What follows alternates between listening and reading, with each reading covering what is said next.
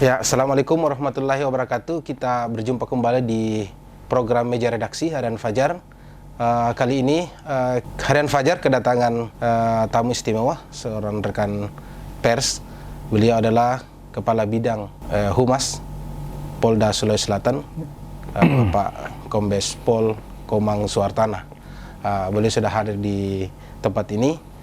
Kami ingin mencoba untuk berbincang dulu dengan beliau sedikit terkait dengan apa sih yang akan dilakukan oleh Polda Sulsel dan program kedepannya memasuki di tahun 2022. Beliau datang pada saat pergantian tahun, saya pikir sesuatu yang sangat luar biasa. Pasti ada sesuatu yang dilakukan dengan Kapolda yang baru juga.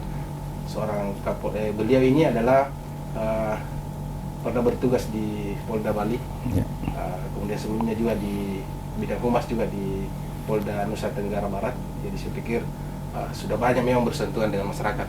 Nah, saya langsung saja mungkin Pak Kabid, kira-kira melihat kondisi Makassar yang kemudian kita tahu Makassar ini seringkali dianggap bahwa barometer persoalan besar, kemudian seringkali banyak gesekan-gesekan, dan seseorang itu seringkali didatangkan ke Makassar untuk mencoba untuk melihat sejauh mana dia mampu untuk menyelesaikan persoalan.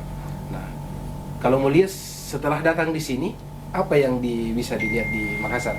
Apakah memang begitu cukup mencekam ke Makassar atau seperti apa? Silakan. Terima kasih dari Harian Fajar. Kami selaku Kabid Humas Polda Sulsel yang baru ingin menyampaikan beberapa hal terkait dengan program-program kerja kita yang ada di Polda Sulsel. Yang pertama, kita akan merangkul seluruh media cetak, media elektronik, media online yang ada di wilayah Sulawesi Selatan untuk bersama-sama kita mengajak atau memberikan edukasi sosialisasi kepada masyarakat khususnya yang ada di Sulawesi Selatan ini. Kita ketahui bahwa wilayah Sulawesi Selatan ini sangat luas dengan karakter, budaya, dan kultur daripada masyarakat yang berbeda-beda. Dan itu kami sudah mempunyai rencana dengan rekan-rekan direktorat untuk memberikan suatu masukan-masukan kepada masyarakat melalui program-program yang sudah dijadwalkan nantinya oleh rekan saya dari Penmas, bagaimana kegiatan-kegiatan ataupun persoalan-persoalan yang ada di masyarakat bisa dipecahkan. Gitu. Disinilah perlunya peran Humas Polda bersinergi dengan peran media cetak elektronik untuk bisa kita bersama-sama memberikan yang terbaik informasi kepada masyarakat. Kedatangan kami di Polda di wilayah Sulawesi Selatan menganggap bahwa masyarakat Sulawesi Selatan itu adalah masyarakat yang ramah sebenarnya, sudah itu friend lah, artinya bergaul, menganggap kita sebagai saudara. Tidak ada rasa cekam, rasa takut, yang mungkin ada yang bilang bahwa Makassar adalah kasar, tapi tidak benar itu. Jadi menurut saya itu harus kita luruskan. Kita benarkan bahwa masyarakat Makassar adalah masyarakat yang cinta damai, persaudaranya tinggi, sudah itu rasa memiliki juga cukup tinggi terhadap wilayahnya. Nah, disinilah peran kita, peran Humas bukan saja di Polda di bidang keamanan, tetapi juga peran media cetak, elektronik maupun online untuk bisa mengajak masyarakat untuk bisa bersama-sama membawa Sulawesi Selatan ini menjadi lebih baik. Terima kasih. Begini, kita kan di Sulawesi Selatan ini juga tentu yang ingin ditahu sekarang setelah ada pergantian di tubuh internal Polda Sulsel, mungkin kedepannya ini model kerjasama yang akan disiapkan atau mungkin model komunikasi yang mau disiapkan itu seperti apa? Karena seringkali teman-teman wartawan ini kan menghadapi persoalan dalam hal komunikasi dengan aparat penegak hukum, khususnya persoalan-persoalan yang membutuhkan informasi yang cepat, sedikit detail, cepat dan sedikit detail dari penyidik. Karena ini juga menjadi satu cara untuk membuat informasi di luar tidak liar. Ketika kemudian informasi itu kadang-kadang setengah-setengah diberikan, atau setidaknya diberikan sedikitlah sesuatu yang ini sehingga tidak terlalu liar.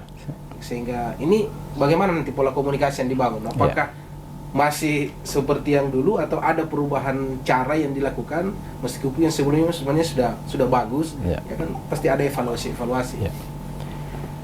Dari kerjasama yang akan kita lakukan antara Bid Humas Polda Sulsel dengan rekan-rekan wartawan, memang ada rencana kami dan akan ada perbaikan. Yang dulu sudah bagus, kita akan perbaiki bagaimana cara komunikasi kita, bagaimana cara koordinasi kita dan kolaborasi kita sehingga pemberitaan itu cepat.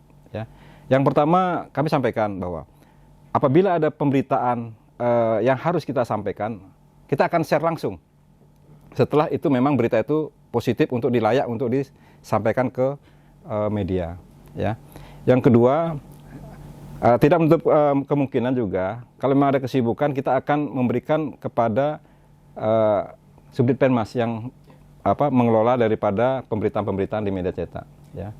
Tapi pada prinsipnya kita akan terbuka ya kepada wartawan terkait dengan pemberitaan-pemberitaan yang mungkin bisa memberikan edukasi kepada masyarakat.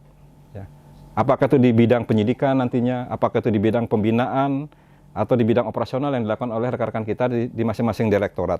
Ya. Kita akan membuatkan jadwal kepada rekan-rekan semuanya. Apakah nanti jadwal itu kita akan laksanakan diskusi, ya? Kita mengundang, karena kita juga punya pakar. Kita punya pakar kehumasan. Kita akan manfaatkan itu untuk memberikan sosialisasi ataupun memberikan masukan-masukan terkait dengan bagaimana kehumasan Polda, kehumasan yang dilakukan maupun kehumasan yang dilakukan oleh media cetak dan elektronik yang benar.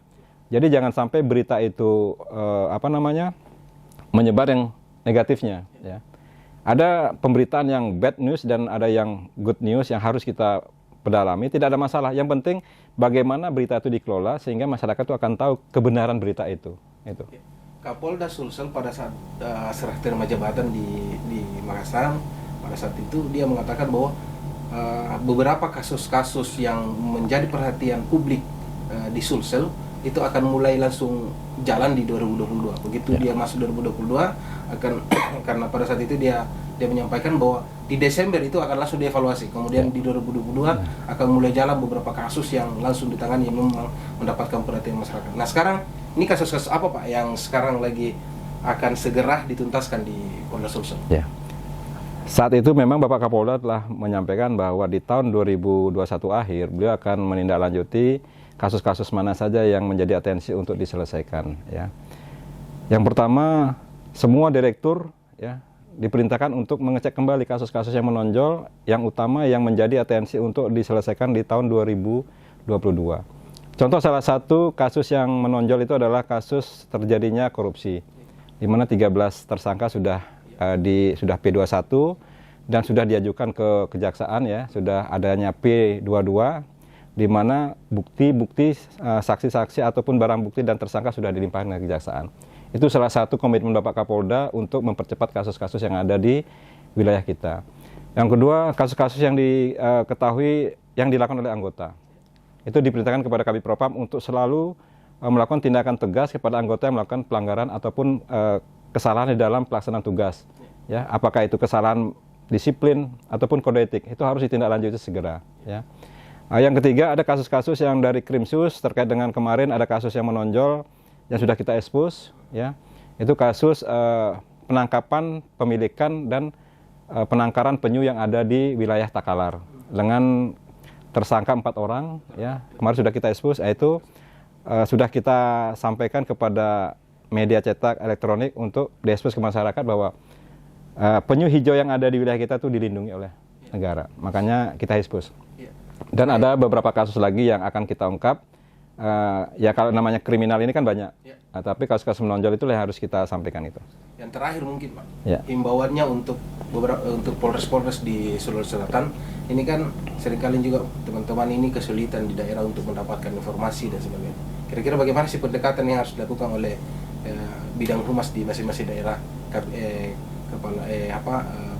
Kapolres daerah, bagaimana kemudian dia menangani media, gitu. Harapannya mungkin.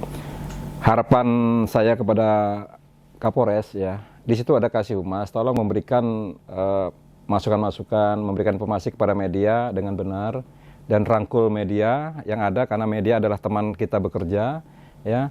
Sudah gitu apapun yang terjadi di wilayah silahkan dikoordinasikan ya, dikolaborasikan sehingga pemberitaan yang ada di daerah itu bisa sesuai dengan apa yang menjadi harapan masyarakat.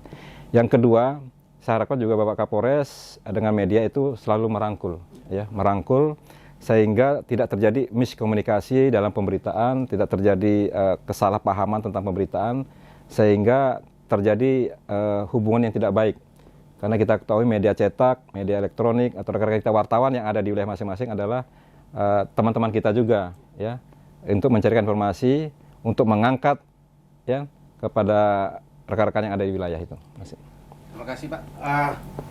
Demikian perbincangan kita sejenak dengan Kepala Bidang Humas Polda Sulawesi Selatan, Bapak Kombes Pol Komang Suartana.